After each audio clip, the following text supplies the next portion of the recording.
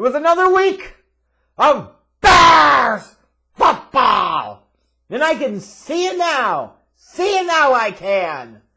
You're going to have the dopey Bears fan segment on social media talking about how today's performance was encouraging. And Justin Fields showed that he could be that guy. And this team had so much fight in the second half. And by golly, they had a chance. And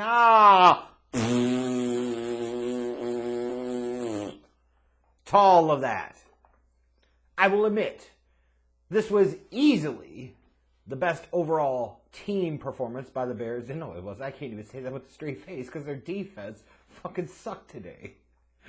This was the least boring game to watch of the Bears this year. Now that's absolutely true. But it sure didn't seem like it was going to shape up that way early. It was a really, really, really intriguing, bold strategy by Alan Williams, the defensive coordinator and head coach, Matt Nagy-Flus. When you sit there and make a determination, apparently, during the week that you say, hey, this Justin Jefferson is like an elite NFL wide receiver. We're going to play the type of defense that the Vikings will never see coming. We just won't cover him at all. I know, logically, most people would think you'd double team the guy. You'd run bracket coverage. You'd do all types of things to get Jefferson off of his spot, get him uncomfortable, force Cousins to look off of Jefferson, go other places. But no. The Bears took a very bold, creative strategy and said, we're going to leave him so open that the Vikings won't know what the hell to do with themselves. They're going to think we're trolling them, we're tricking them. It's got to be something's in the works. No. It was just stupidity is what the hell it was.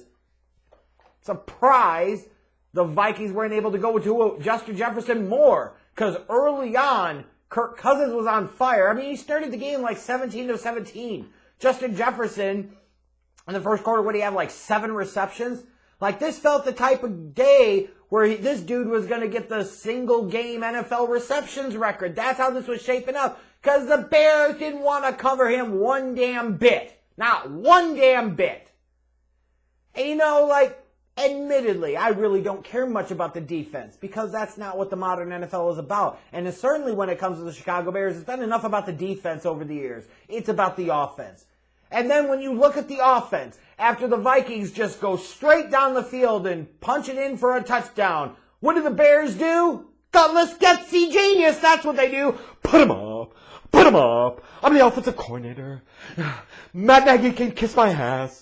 Who waits until the game to get delayed game penalties for being unprepared. We're going to get him before our first offensive play after a television timeout. Put him up. Put him up. I got courage. I'm going to get the delayed game out of the way right away because I got courage. Put him up. Oh, how the hell are you so unprepared? It's ridiculous. And early on, the Bears offense looked ridiculous to the tune of, at one point in time, about midway through the second quarter, the Vikings were up 21-3. This looked like it was going to be blowout city. And as much as Vikings fans may be feeling good about themselves at the moment because, yeah, they are now 3-0 in the division. They beat the Bears today. They're 4-1 overall. You got to be feeling good about that to a certain degree. You should look at this performance and say, they should have beat the brakes off of the Bears today. They should have blown them the fuck out. The fact that the Bears came back like they did and at one point in the fourth quarter actually had the lead should not make the Vikings or their fan base feel any good at all. Oh, divisional rival, my ass. No. You took your foot off the pedal offensively, and defensively, you still suck. Hey, no way in hell that should happen. This should have been like one of them 35-10 type of jobs, at a minimum. The Vikings should have scored 40-plus points today, realistically.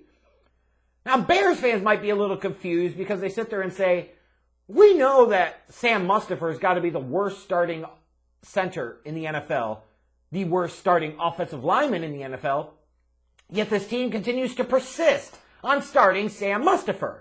Because of course they fucking do. Every fan base has those things that a coaching staff of their favorite team does that just drives you up a frickin' wall. And this is it. The hell do they see in this guy to continue to give him opportunities? You really don't have a better option out there?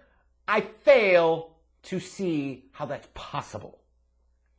But even then, and when we talk about the stupidity of finally allowing Tevin Jenkins to finally play an entire game because your hand was forced with injury, like, who the fuck does that? Yeah, we got a young team that we're trying to develop, guys, so let's take the guy who's playing the best at his offensive line position out of anybody on offensive line and do a rotation with him because we're dumb dicks.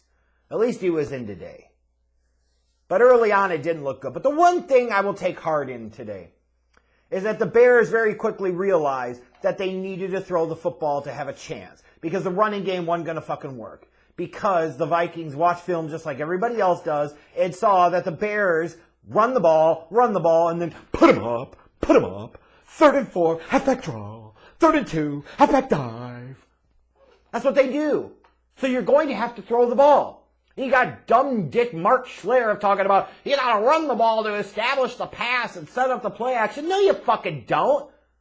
Like, who lets him on national TV saying that dumb dick dated disproven philosophy of 30, 40 damn years ago? Teams will still fall for play action even if you were a throw-heavy offense. So that's stupid. To sit there and look at that game and say the Bears' key to success was running the football is also stupid. Never mind the fact that the whole name of the game this year is developing Justin Fields, and that doesn't happen while working on his handoff game. Now, of course, Bears fans are going to look at that second half performance by Justin Fields, and even like the tail end of the first half, and point to it, and they're going to be like, he's the guy, and oh my God, Justin Fields actually threw for over 200 passing yards. It almost feels like a cause for celebration compared to what the fuck you've seen this season. But let's pump the brakes here a little bit, people. Really hard to evaluate the guy, one, with the substandard talent that he has around him, like Dildo Hands Pettis dropping a couple of passes. Now, granted, Fields threw a couple of bad passes, especially one that he had Mooney open the end zone. He threw it at his feet. Oh, he should have caught it my ass. But it's amazing, like, if you got a weapon around him, like, they utilized Kmet over the middle a little bit today. It's amazing what can happen. Montgomery in the screen game threw it deep to Mooney. We made the fantastic one-handed catch. Like, that's your key to success. And sometimes even if you don't complete it, you'll get a field position changing pass interference penalty. Right? So it happened on the first drive. You get defensive penalties that can change field position for you. So throw the goddamn football. But let's pump the brakes of talking about celebratory nature. His Fields, while he was better today, his one touchdown pass came on a pop pass to Velus Jones Jr. And hey, Velus Jones Jr. with his first NFL touchdown. So there's something heartening. But yeah, 21 for 208 yards, something like that with a touchdown on the pop pass.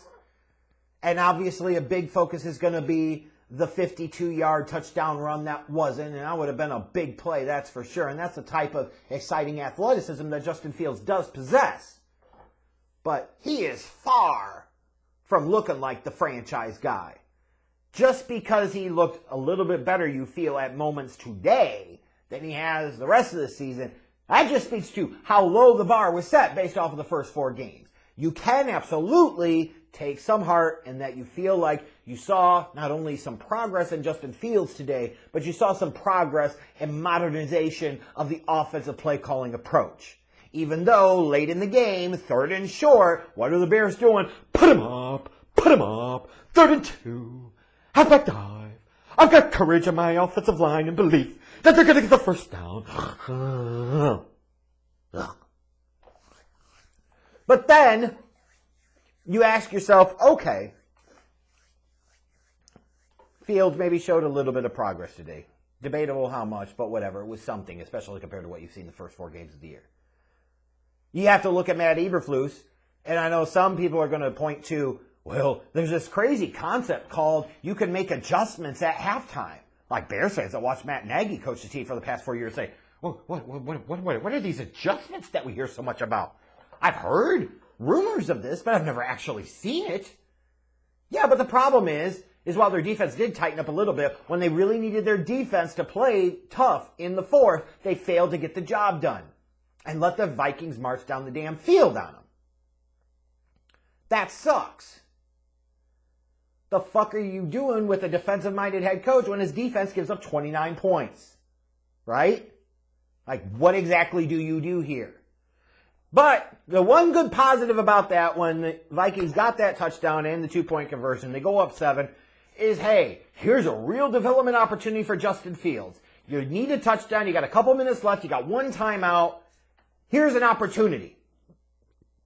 And just as Fields could potentially make a statement early in his career, here's Amir Smith-Marset, who was the guilty party on the block in the back earlier on that wiped out the 50-plus yard touchdown run by Justin Fields. That feels like it could have really been something, like it could have been a game changer. And he catches it, avoids the defender, and I know a lot of Bears fans are trying to pile on him because he didn't go out of bounds. No, how about instead of not going out of bounds, how about hold on to the goddamn ball and don't fumble it? Like, you have to be aware of the situation. You have to know that the Vikings defensive backs, specifically in this case Cameron Dantzler, are going to be coming after the damn ball. So Smith-Marset gets called on the tremendously huge block in the back penalty that cost the Bears 6 points. Then here, he has the game-breaking, game-ending fumble. Here's a fucking another Ryan Poles masterpiece. Smith-Marset has to be cut now. Why would you keep him around? Fucking wasted a waiver claim on this dude. That's what you wasted the waiver claim on? Holy crap. It's almost like Smith-Marset was a freaking secret operative for the Vikings, meant to hurt his own team, the Bears, and help his former team, the Vikings. No, he's not the reason that the Bears lost. He's just one of the many contributing factors. You can talk about a quarter and a half of only putting up 3 points. You can talk about a defense that sucked hind tit for the first half. And then late in the fourth quarter, when they needed to make a big play, failed to do so and just let the Vikings march down the field. It was a total team loss today, as they usually are.